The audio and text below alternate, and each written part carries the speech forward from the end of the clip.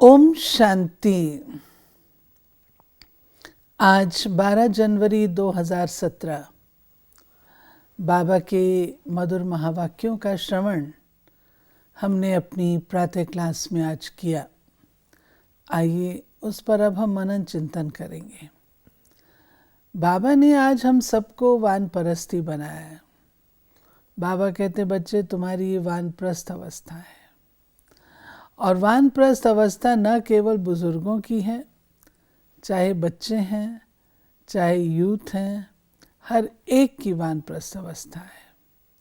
बाबा कहते इसलिए एक बाप को याद करना है और निर्वाण धाम में चलने की तैयारी करनी है। दुनिया में भी आप जानते हैं कि 4 आश्रम बनाए गए हैं। ये सोचकर कि व्यक्ति की एवरेज आयु 100 वर्ष होगी, तो 25-25 वर्ष के 4 आश्रम सब जानते हैं। ब्रह्मचर्य आश्रम, गृहस्थ आश्रम, वानप्रस्थ आश्रम और संन्यास आश्रम।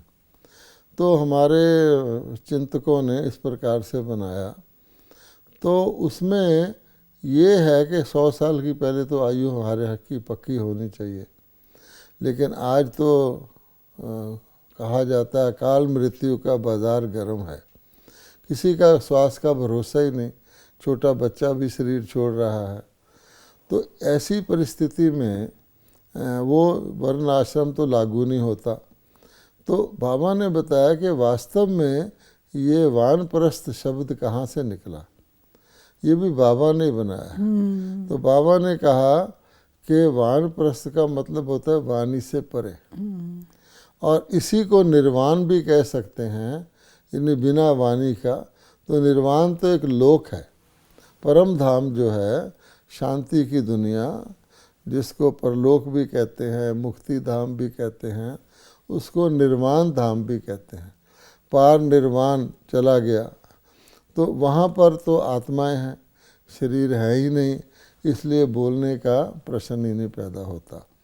लेकिन उस धाम में जाने से पहले जब ऐसा समय आता है सृष्टि चक्र में, जब सभी आत्माओं का नाटक का पार्ट पूरा होता है, दुनिया में भी नाटक होते हैं, बीच बीच में आते रहते हैं एक्टर पार्ट बजाने, अंत तक जब सब एक्टर आ जाते हैं और सारे नाटक की सारी स्टोरी पूरी हो जाती है, उस समय सभी एक्टर के वापस जाने का पार्ट होता है। लेकिन ये जो सृष्टि नाटक है, इसमें मनुष्यों को तो पता ही नहीं होता कि कब ये नाटक पूरा होना है, क्योंकि हमारे शास्त्रकारों ने ही युगों की आयु बहुत लंबी लंबी लिख दी है, तो वो लाखों वर्ष की आयु है। लेकिन भगवान कहते हैं कि मुझे तो पता है कि कब सृष्टि को परिवर्तन होना है, तो मैं आकर के जब मनुष्य आत्मा को बताता हूँ कि अब ये नाटक पूरा होने वाला है, सब आत्माओं को वापस घर जाना है, तो कई आत्माएं तो सोच में पड़ जाती हैं कि शास्त्रों में तो लिखा अभी कलयुग ने लाखों वर्ष चलना है। आसार भी दिखते हैं कि अब दुनिया में हर प्रकार से तमो प्रधानता है, ये जो तत्व हैं प्रकृति के, ये भी रिबेलियन कर रहे हैं। कहीं धरती फट रही है, कहीं पानी जो है समुद्र का चढ़ रहा है, आदि आदि। उधर से एटम बम वगैरह भी बनाए हुए हैं। लेकिन बाबा कहता है मैं तुमको बताता हूँ कि मैं जब आता हूँ, मेरा कार्य ही क्या है, अधर्म का विनाश, प्राणीपति सृष्टि का विनाश, अर्थात कलयुग का विनाश और सतयुग की स्थापना। तो उस विनाश के बाद क्या होगा, आत्माएं सब परलोक में निर्वाण धाम में जाएंगी। और उसका भी यादगार है कि गीता के अंदर कहा गया है, विराट रूप देखो, ये सब आत्माएं मच्छरों की तरह वापस आ रही हैं। तो जो आत्माएं परमात्मा के साथ देती हैं, जिनको हम पांडव सेना कहते हैं, जो परमात्मा के ज्ञान को धारण करती हैं, उनको भगवान कहते हैं कि तुम खुद तैयारी करो निर्वाण में जाने की, और उसके लिए है वानप्रस्थ। तो वानप्रस्थ का मतलब शरीर में रहते हुए वाणी से परे होने का, अशरीरी होने का अभ्यास करो। जब बोलने की आवश्यकता हो बोलो, उसके बाद शांत हो जाओ। तो ये वानप्रस्थ अवस्था किसकी है, तो भगवान कहता है कि सभी की वानप्रस्थ अवस्था है, चाहे छोटा बच्चा है चाहे कोई यंग पर्सन है, क्योंकि वापस जाने का टाइम है।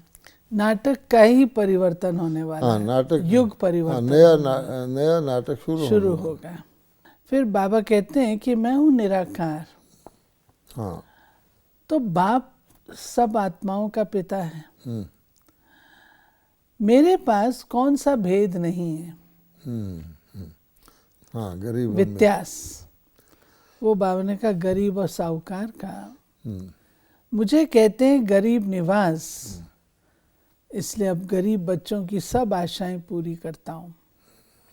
ये अंतिम समय है, किसकी दबी रहेगी धूल में, किसकी राजा खाए।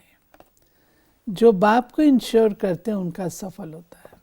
बाबा कहते हैं कि मेरे पास अमीर गरीब का कोई भेद नहीं है, क्योंकि कई बाबा के पास यज्ञ में गरीब बच्चे भी आते हैं। इनफैक्ट तो ज़्यादा बच्चे गरीब ही आते हैं। तो कई बार उनको ऐसा फील होने लग जाता है कि जैसे ब्रह्मा कुमारी अमीरों की खातिरी करती हैं। बाबा हमको समझाया करते थे कि बाबा के पास आत्मिक तौर पे गरीब अमीर का कोई भेद नहीं है, परमात्मा है, सभी परमात्मा के ज्ञान के अधिकारी हैं और सब बराबर के अधिकारी हैं। जो ज़्यादा ज्ञान को अच्छी तरह धारण करता है वो अमीर बन जाता है, और जो ज्ञान को कम धारण करता है वो गरीब बन जाता है। ये है भविष्य के लिए। लेकिन जब आते हैं तो वो धन के हिसाब से लोग गिनते हैं।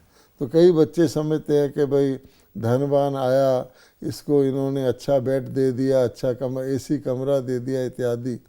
तो बाबा समझाते हैं कि देखो ये यज्ञ जो चलता है इसमें हर एक आत्मा को उसकी लाइफस्टाइल के अनुसार रखा जाता है। कि जिस व्यक्ति को अगर किसी ने ज्ञान सुनना है वो अपने घर में भी एयर कंडीशन वगैरह में रहता है, और आप उसको बुलाकर कहें कि नहीं तू तपड़ी पर सो जा, तो वो ज्ञान सुन ही नहीं पाएगा। तो उसको उसका प्रॉपर कंडीशन में रखना पड़ता है। दूसरी बात यह है कि जो धन वाले होते हैं वही यज्ञ को चलाने में सहयोग देते हैं। तो गरीबों की पालना, भगवान को के पास तो कोई धन है नहीं, तो गरीबों की पालना अमीरों के द्वारा होती है। उस लिहाज से भी उनकी थोड़ी खातिरी करनी पड़ती है। ये तो हो गया लौकिक रीति से। बाबा कहते हैं मेरे पास कोई भेद नहीं। लेकिन दूसरी बात एक और है, बाबा ये भी कहता है कि अमीर के लिए ज्ञान सुनना और धारण करना, सतयुग में जाना बहुत कठिन है। शास्त्रों में कहा गया है कि एक ऊँट जो है सुई के छेद में से निकल सकता है, लेकिन कोई अमीर आदमी भगवान का ज्ञान समझ और ले, वो इम्पॉसिबल सा होता है, क्योंकि उनको नशा होता है हम यहीं स्वर्ग में हैं, हमें तो कोई कमी नहीं। फिर बाबा ये कहता है कि वास्तव में मैं अमीर गरीब में भेद नहीं रखता, लेकिन इनफैक्ट मैं गरीब नवाज हूँ, गरीब का ही भला करने के लिए मैं आया हूँ। क्योंकि गरीब दुखी है, दुखी भगवान को याद करता है, दुख में सिमरन सब करे, सुख में करे ना कोई। तो सुखी ना याद करते हैं ना उनके विक्रम विनाश होते हैं। बाबा ने एक मुरली में कहा है कि मेरे जिनका मैं उद्धार करता हूँ उसमें क्या गाया गया, अहल्या, गणिका, कुब्जा, सुदामा। ये नहीं कहा भगवान अमीरों का उद्धार करता है, बाबा ने यहाँ तक कहा। तो इनफैक्ट गरीब अमीर बराबर हैं, फिर भी गरीब के लिए इस समय ज़्यादा चांस है। तो हमको इस बात के उसमें नहीं जाना चाहिए। बाबा जिस तरीके की व्यवस्था देता है, बनाता है, उस पर स्थिर रहना।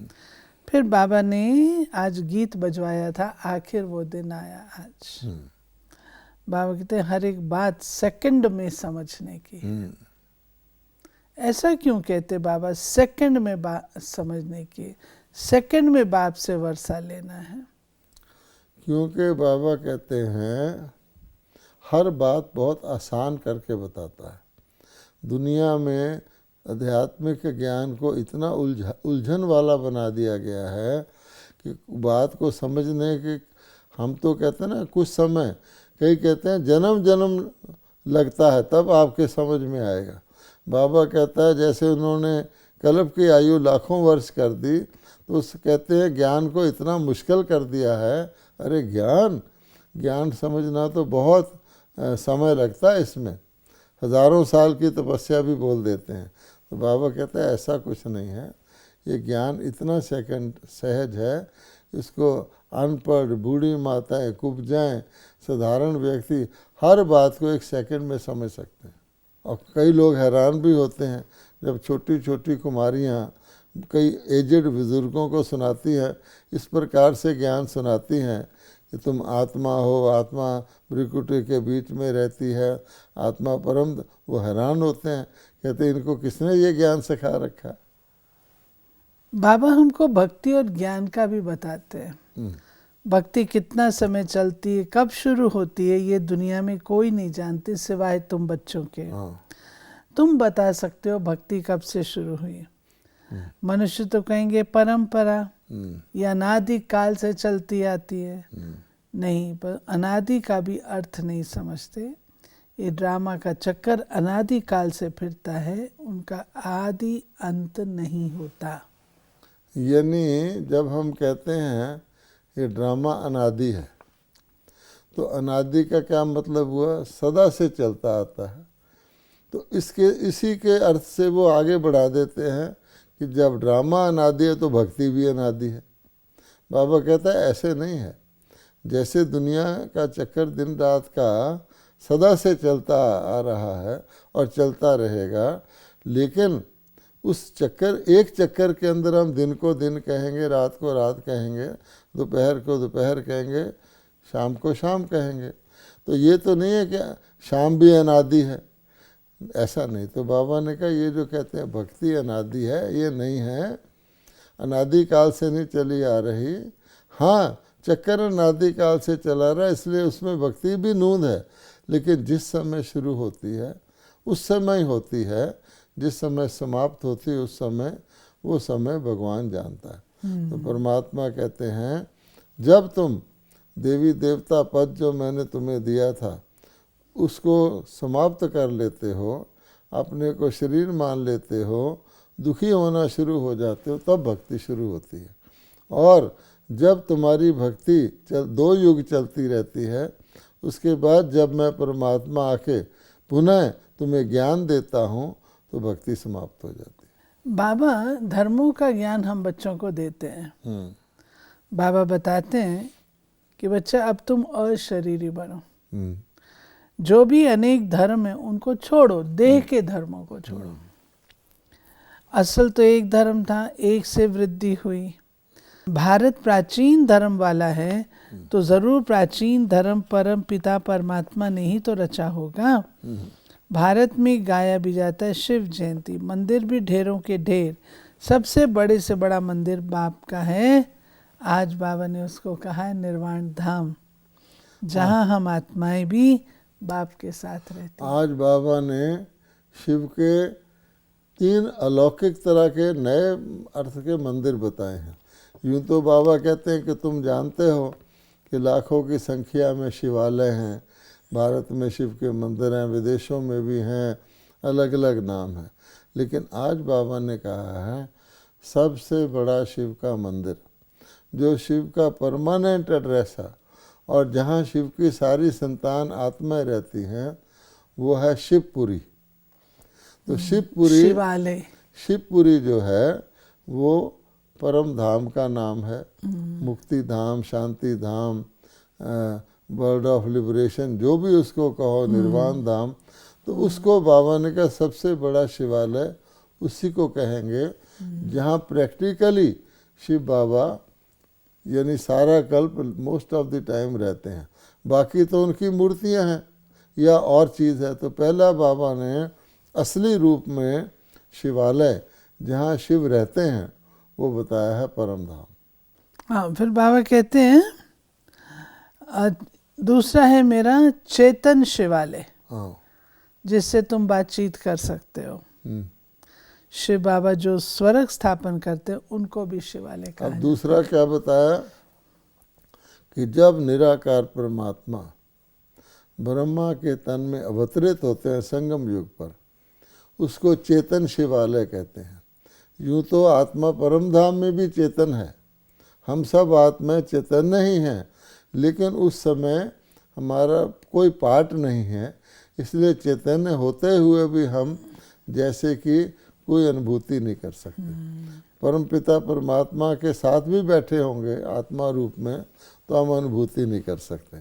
और फिर बाबा कहता है जब मैं यहाँ चैतन्य में आ जाता हूँ, अव्यक्त शरीर में अवतरित होता हूँ, तुम भी चेतन आत्मा शरीरधारी होते हो, उसको चेतन शिवाला कहेंगे। उसको हम कह सकते हैं माउंट आबू भी कह सकते हैं, जहाँ पर परमात्मा शिव ब्रह्मा के तन में आके, या अब आजकल एक दूसरे माध्यम में आके आँखों के द्वारा हमें दृष्टि देते हैं, मुख के द्वारा हमसे बात करते हैं। और तीसरा भी बताया है जो आपने लास्ट लाइन में बताया, वो बाबा ने स्वर्ग के लिए कहा कि फिर जो शिवालय परमात्मा स्थापित कर देते हैं, सारी दुनिया जहाँ पवित्रता ही पवित्रता होती है, शिवालय का अर्थ ही होता है पवित्र बनाने वाला, तो उसकी बनाई हुई वो दुनिया जिसको सत्ययुग का स्वर्ग कहते हैं, वो भी फिर देवी देवताओं का चेतन शिवालय है। फिर बाबा ने आज अमेरिका को अप्रिशिएट किया है। फर्स्ट क्लास खंड है, बहुत पैसे वाला ताकत वाला भी है, इस समय सबसे हाईएस्ट है। बृहस्पति की दशा बैठी हुई है, परंतु उसके साथ साथ राहु की दशा बैठी है। इस समय राहु की दशा तो सबके ऊपर है, विनाश तो सबका होना ही है। बॉम्बे भी देखो कितना फैशनेबल हो गया है, आगे थोड़ी ऐसा था। माया का पूरा पॉम्प है, कितने 8-10 मंजिल के महल बनाते हैं, स्वर्ग में थोड़ी इतनी मंजिलें होंगी। मौत तो सबके लिए, सबके गले में मौत की फांसी है, चाहे कोई कहाँ पर भी हो। अब कई लोग ये प्रश्न करते हैं कि जब कलयुग है तो सबके लिए कलयुग है, फिर अमेरिका इतना धनवान देश क्यों है? कई भारतवासी भी अमेरिका में जाके सेटल होना पसंद करते हैं। हर बात में धन के हिसाब से भी, दुनिया में जो इन्फ्लुएंस है उसके हिसाब से भी, और कई प्रकार की डेवलपमेंट के हिसाब से भी, विज्ञान के हिसाब से भी अमेरिका इस वक्त दुनिया में नंबर 1 माना गया है ना। यूनाइटेड नेशन भी अमेरिका में है। तो भगवान कहता है लेकिन इतना पावरफुल है, इतना धनवान है तो कलयुग में ही ना। तो कलयुग में शक्तिशाली होने का क्या मतलब है? कलयुग में शक्तिशाली का मतलब यह है कि एक तरफ उसको बृहस्पति की दशा कहेंगे, प्रॉस्परस है, साथ साथ उसके राहु की भी दशा है। ये प्रॉस्पेरिटी बहुत शॉर्ट लिव्ड है, क्योंकि कलयुग में सभी पर ही राहु की दशा है, तो विनाश भी सामने खड़ा है। अगर किसी को कोई राजा हो लेकिन उसको फिक्र लगा हुआ हो, तो वो राजा बेफिक्र बादशाह तो नहीं कहला सकता ना, फिक्रमंद कहलाएगा। तो अगर अमेरिका इतना ही शक्तिशाली है तो अमेरिका कितना भयभीत है। जैसे अन्य देश भयभीत हैं कि हमारे ऊपर कोई दूसरा हमला न कर दे, कितनी सेनाएं अमेरिका रखता है, दिन रात उसकी सेनाएं चौकस रहती हैं, कितना व्यय करता है वो डिफेंस के ऊपर। सतयुग में ऐसा थोड़ी होता है। तो इसलिए बाबा कहता है राहु की दशा भी साथ है उसके साथ साथ। हाँ। और इतना अमीर क्यों है? तो बाबा ने बताया हुआ है कि जो भी नई आत्माएं उतरती हैं, चाहे वो सतयुग में उतरे, चाहे त्रेता में उतरे, चाहे कलयुग में उतरे, जब नई उतरती हैं तो उनकी सतोगुनी अवस्था होती है। कलयुग में भी सतो प्रधान होती हैं, इसलिए वो अच्छी लगती हैं। आप देखिए भारत कितना पुराना देश है, 5000 साल, और अमेरिका कितना पुराना देश है, लेटेस्ट 500। तो इसलिए बाबा कहता है उसकी चमक धमक इस वक्त है, लेकिन सारी की सारी दुनिया की आत्माएं, चाहे भारत हो या अमेरिका हो, राहु की दशा तो है ही, और विनाश सामने खड़ा है। बाबा कहते हैं वो है गॉड फादर का होम, अर्थात रूहानी शिवालय। फिर सत्य को जिस्मानी शिवालय कहा जाता है। जो परम धाम है, परलोक है, वह है रूहानी शिवालय। उसको कहेंगे परलौकिक शिवालय, आत्माओं का शिवालय। और ये जो सतयुग है वह है जिस्मानी शिवालय। वहाँ शरीरधारी आत्माओं शिव के द्वारा रचा हुआ सुखधाम। और ये जो संगम युग है यह है अलौकिक शिवालय। इसमें आत्मा शरीर के द्वारा, लेकिन बॉडी कॉन्शियस होकर नहीं, अलौकिक सोल कॉन्शियस होकर परमात्मा को भी किसी शरीर में अवतरित हुए को पहचान कर उससे मिलती हैं, ज्ञान धारण करती हैं। सिर्फ पांडव ही इस शिवालय का अनुभव कर सकते हैं। बाबा कहते हैं कि अभी तो करोड़ मनुष्यों के पास कितना धन है, परंतु ये किसके काम आने वाला नहीं है। पेट कोई ज़्यादा नहीं खाता। ठगी से पैसे इकट्ठे करने वालों को नींद नहीं आती। पता नहीं कहाँ गवर्नमेंट छापा ना हमारे बाप कहते याद रखना ये अंतिम समय है। अब किसकी दबी रहेगी धूल में, किसकी राजा खाए। सफली होगी साईं जो खर्चे नाम धनी के। यानी बाबा कहते जो अपना भी समय को देखते हुए जो अपना है उसको सफल कर लो। बाबा कहते पहले किसी किसी के पास करोड़ रुपया होता था, अब बहुत सारे लोग हैं जिनके पास करोड़ों का धन है, लेकिन वो धन जो है अगर खराब तरीके से कमाया हुआ है तो उनको भय रहता है, उनको नींद भी नहीं आती कि ये धन क्या है और कब इसको गवर्नमेंट हमसे छापा मार के ले ले। ये बाबा ने कब मुरली चलाई थी, बहुत वर्ष पहले, और आज बाबा कहता है वो घटनाएं घट रही हैं। आज देखिए उसी प्रकार की परिस्थिति पैदा हो गई है कि जिन्होंने गलत तरीके से धन कमाया हुआ था, अब गवर्नमेंट सरकार इतनी सख्त हो गई है कि उनको नींद भी नहीं आती। तो फिर बाबा कहते हैं औरों के पास भी, जिसके पास भी धन है, अब विनाश का समय, अंतिम घड़ियां हैं। जिसने परमात्मा के कार्य में सफल कर लिया उसने कर लिया, बाकियों का बिल्कुल व्यर्थ जाने वाला है। तो बाबा कहते हैं देखो बच्चे, पेट कोई ज़्यादा नहीं खाता है। अपनी ज़रूरतों को भी घटाना चाहिए। जितना इनको हम बढ़ा लें उतना बढ़ जाती हैं, जितना घटा लें उतना घट सकती हैं। हाँ, बाबा ये नहीं कहता कि आप भूखे मरो, लेकिन बाबा कहते हैं नॉर्मल व्यक्ति जो नॉर्मल ढंग से भोजन करता है, रहता है, उसको कोई ज़्यादा धन खर्च नहीं आता। पेट व्यक्ति का 50 रुपए में भी भर सकता है और 5000 रुपए में भी लोग पेट भरते हैं। इसलिए बाबा कहता है कि तो अपने ऊपर डिपेंड करता है। बाबा कहते हैं देखो मैं कितना निष्कामी हूँ, अभोक्ता हूँ, टोली आदि कुछ नहीं खाता हूँ। विश्व की बादशाही भी तुम्हारे लिए है, ये खान पान भी तुम्हारे लिए है। मैं तो सर्वेंट हूँ, मेरे आने का टाइम भी मुकर्रर है। कल्प कल्प अपने बच्चों को राजभाग देकर मैं निर्वाण धाम में बैठ जाता हूँ। जो ग्रैंडफादर होता है दुनिया में भी, ग्रैंडफादर को क्या नशा और क्या खुशी रहती है। आप देखेंगे ग्रैंडफादर बुजुर्ग हो जाता है, वो कितना खुराक खाता होगा, उसको कोई तड़क भड़क के कपड़े पहनने का भी शौक़ नहीं रहता। बस उसको यही खुशी रहती है कि मेरे ग्रैंड चिल्ड्रन वो बहुत ऊंचे से ऊंचे बने, मेरे से भी ऊंचे बने। आप देखेंगे ग्रैंडफादर ग्रैंड चिल्ड्रन को कैसे कंधे पर बिठा के बस, और उसको नशा क्या है कि मेरे जो ख़ानदान के बच्चे हैं वो वर्णन करता है, मेरा ये बच्चा ये बना हुआ है, ये बच्चा वहाँ गया हुआ है। तो बाबा कहते हैं वो तो शारीरिक ग्रैंडफादर है, फिर भी उसको थोड़ा बहुत भोजन इत्यादि खाना होता है। मैं जो ग्रैंडफादर निराकार परमात्मा हूँ, मैं देखो बच्चों की कैसी सेवा करता हूँ। भले तुम मुझे भोग लगाते हो, मुझे टोली आदि देते हो, लेकिन मैं तो खाता ही नहीं। मैं तो केवल वासना लेता हूँ तुम्हें खुश करने के लिए कि मैंने स्वीकार किया। तो बाबा कहते हैं ये सब कुछ जो भी मैंने यज्ञ रचा है ये बच्चों के लिए रचा है, और सज्जू की राजधानी भी बच्चों को ही दे देता हूँ, मैं तो वापस चले जाता हूँ। तो मेरे से ज़्यादा निष्कामी, अभोक्ता, अकर्ता वो कहता वो मैं और कोई नहीं है।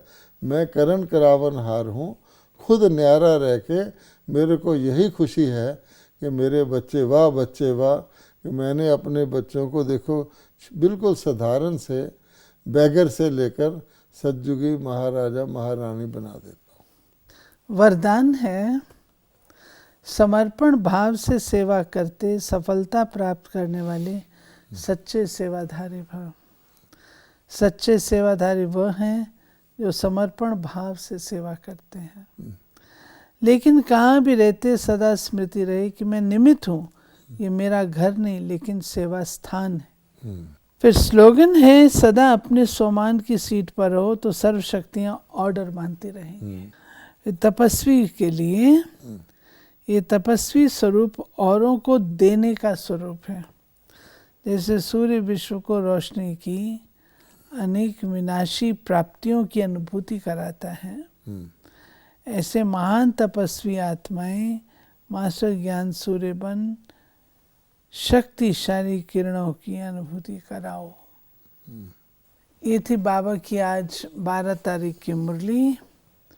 बाबा ने याद कराया, बच्चे तुम्हारी वानप्रस्थ अवस्था है, तुम्हें वापस लौटना है और यहाँ पर तुम्हें किसी भी प्रकार का इंटरेस्ट नहीं रखना है। तुम्हारा जो रूहानी घर है वो है शिवालय, परम धाम जहाँ के वासी बनना है, उसको निरंतर स्मृति में रखना है। ओम शांति।